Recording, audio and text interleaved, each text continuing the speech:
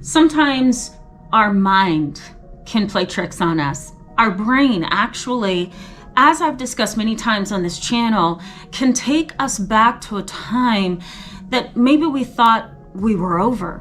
Sometimes it's really hard to move from the past to the present and do it in a way that doesn't hold us back emotionally and psychologically.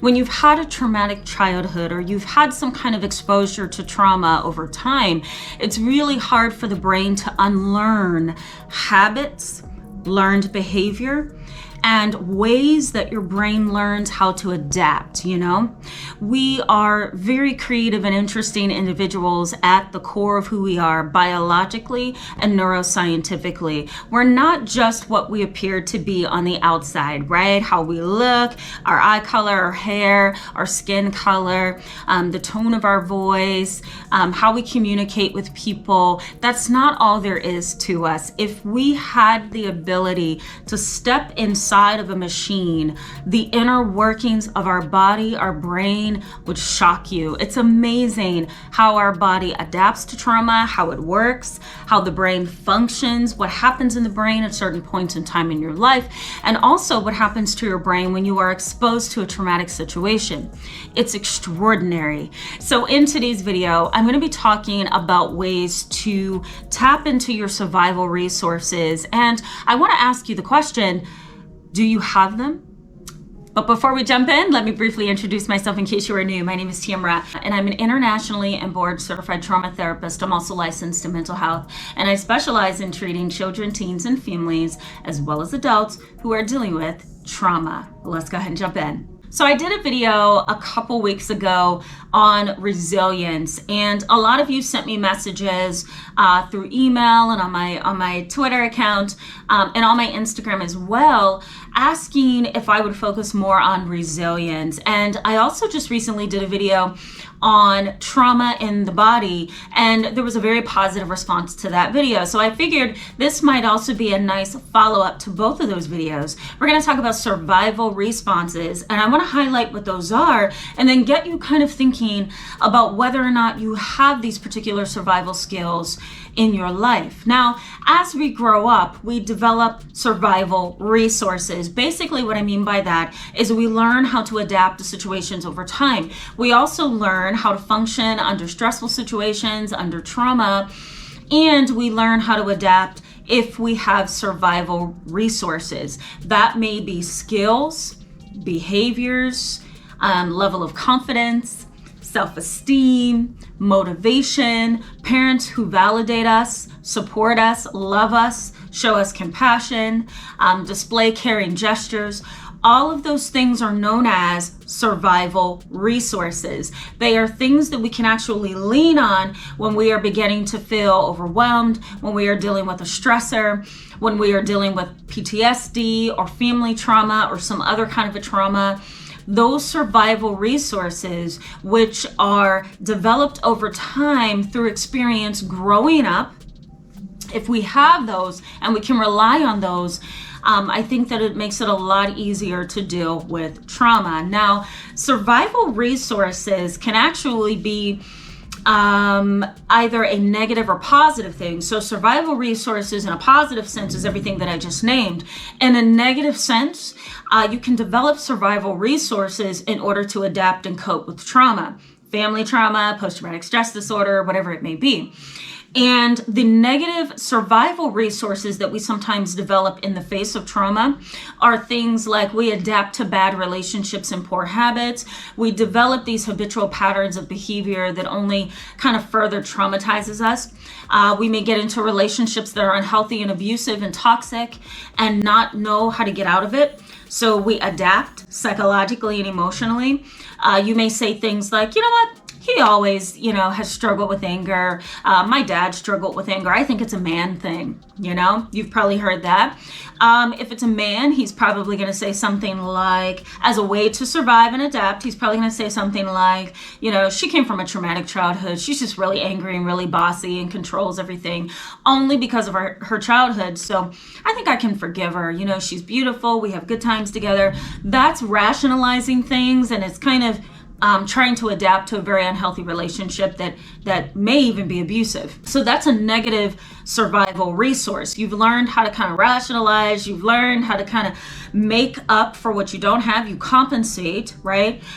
You may also engage in defense mechanisms like denial because you can't face that reality. So your survival resource has been to turn the truth into a lie, to minimize the truth, to hide the truth, push the truth down, you know what I mean?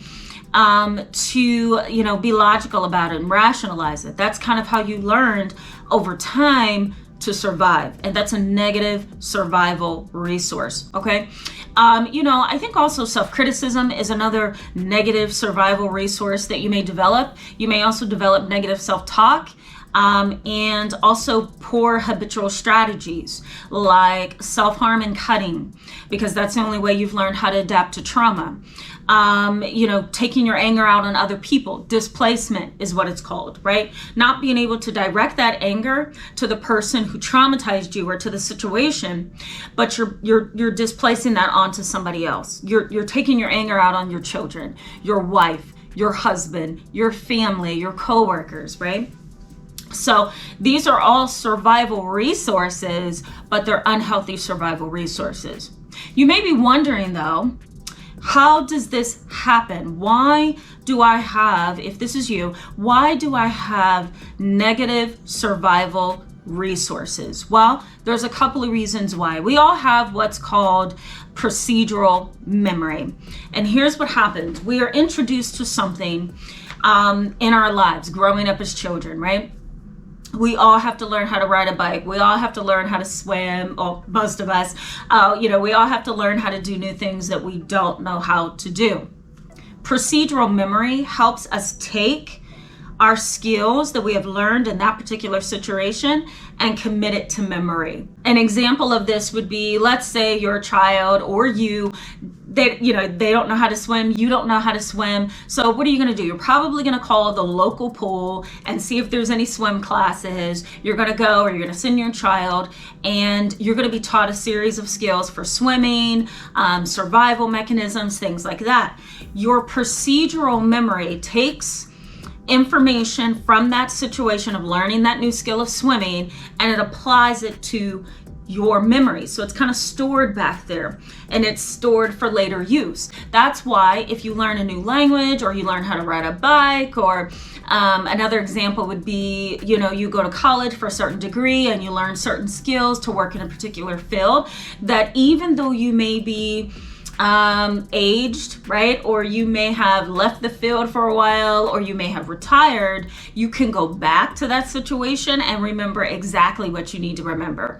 It's kind of like learning how to drive a car. You get in the car, it's almost like that memory is like, I'll give you the example of memory foam. For example, you put your hand down into that memory foam and you see foam and you see your hand imprint. That's kind of how implicit memory works. You learn something, it creates an imprint, and then later when you need that information, you can access it. Getting into a car and learning that you have to put the key in the ignition or push the button nowadays, put your foot on the brake, put your car in reverse, back out of a parking space, right? Automatically, when you sit in the driver's seat after having learned how to do it, your brain begins to develop the ability to automatically flip on when you need it to flip on, so that you can automatically drive that car without any hassle. And so procedural memory works in that very same way. It's allowing you to go back and remember something from the past. Sometimes when trauma has occurred, it is really hard to reach for those survival resources. If you have them, right? Because some people don't have them. But if you have confidence, high self-efficacy, self-assurance, you have a loving family, you've learned about compassion, you've learned about empathy, you've learned how to ask for help, You realize that you have talents and skills that you can rely on. You realize that you have a support system that you can lean on, right? All of those are survival resources. Access to mental health services, access to legal services when you need them if something's going wrong, access to really good doctors and really good hospitals. All of those things are positive survival resources. Without those things, you don't have the ability to manage the trauma. And procedural memory has a way of kind of bringing back that trauma into the present moment. And we go through what is known as, here it is right here. And we talked about this in the previous video. Go ahead and check that out at the end of this video if you haven't seen it already. It's autobiographical memory, or as a commenter on my channel called it, rolling flashbacks. It brings you back, or takes you back, I should say, to a period of time when something traumatic happened to you. And it's your procedural memory that says, hey, I'm still around. I haven't gone anywhere. Remember that time when? And that's usually what you're dealing with when you're dealing with an autobiographical memory. Your survival resources is the number one tool for dealing with that. If you have positive survival resources, then you can deal with those procedural memories that ends up coming back up when you least expect it. Now, we develop what are known as procedural habits, and that might be something like, I adapted to an abusive situation in my past, and so therefore I'm learning how to adapt to an abusive situation in the now. But it's not a healthy thing because I've learned to keep my mouth closed. I've learned to kind of minimize my wants and my needs and allow the other person to continue to abuse me. Or I learned in the past that if I don't speak up for myself, I get more friends and more social support. So now in my present moment, I'm doing the same thing. That's not okay. These are procedural habits that need to be broken because they're keeping you hostage, okay? Survival resources should always be positive, but sometimes if you haven't had that growing up, right, you've had negative survival resources that you've fallen on for support, which would be keeping quiet and allowing the abuse and shying away from things that you know you need to be doing, or, you know, really leaning on low motivation, running away from challenges, allowing your fear to get the best of you. When those are your survival resources, it makes it really hard for you to identify the positive survival resources that you need to move forward. And in many situations where there's family trauma, you know, there's a lot of negative survival resources, right? Some people rely on substances, as you know, alcohol, marijuana, meth, pills, the list goes on, to help them cope. That's a negative survival resource. It's there as a resource, but it's an unhealthy resource. And it's a resource that's going to keep you stuck because it's you know, it's not helping you get any better. So that's one thing to kind of consider. The only way to unlearn those procedural habits is to lean on your positive survival resources. Lean on your positive survival resources.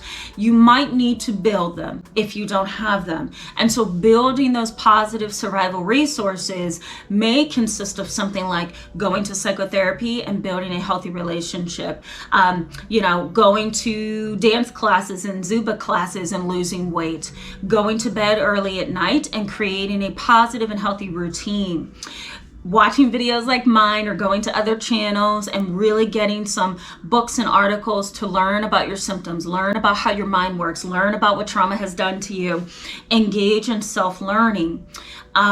Building your positive survival resources may also consist of pushing people out of your life that's negative, getting rid of negative family members that are not helpful to you, right? Transforming the way that you think about things. I did a community post where I offered you a practical tool that you can use. It's actually a tool from cognitive behavior therapy, and it's called the cognitive behavior therapy triangle. The thought triangle is what I break it down to, or what I call it. And really what it's doing is it's saying, look at the connection between these things right here, thoughts, feelings, and behaviors. How do these things connect for you when you are emotionally distraught, overwhelmed, angry, sad, depressed? If you change one of these things, you might be able to gain control over the situation. So I offered that tool in the community section. Go ahead and check that out because that might be helpful. But that is another way to build a healthy survival resource. And I also think it's a healthy way to kind of get rid of the procedural habits. And I think, we call them procedural habits because they come from procedural memory. They come from how we used to behave in a situation to survive. And we pull that into our present moment and we utilize it. But it becomes a habitual thing that's unhealthy. So we kind of have to break that. So I hope this video was helpful to you. Let me know in the comment section below if it was. I will continue to do videos like this on this channel. I think it's important to know what's going on here, what's going on here, and what's going on in different parts of your body as well, physiologically, so that you can understand just how family trauma, or PTSD, I should say, has influenced you. So let me know in the comments section below if you want me to continue these videos. I certainly will. They are my specialty, so I will continue to bring them to the channel. Thank you so much for being with me in this video today, guys. Go ahead and give it a thumbs up and hit that subscribe and notification bell so you'll know every time I post a video and a comment in the community section. I'll see you in the next video. Bye.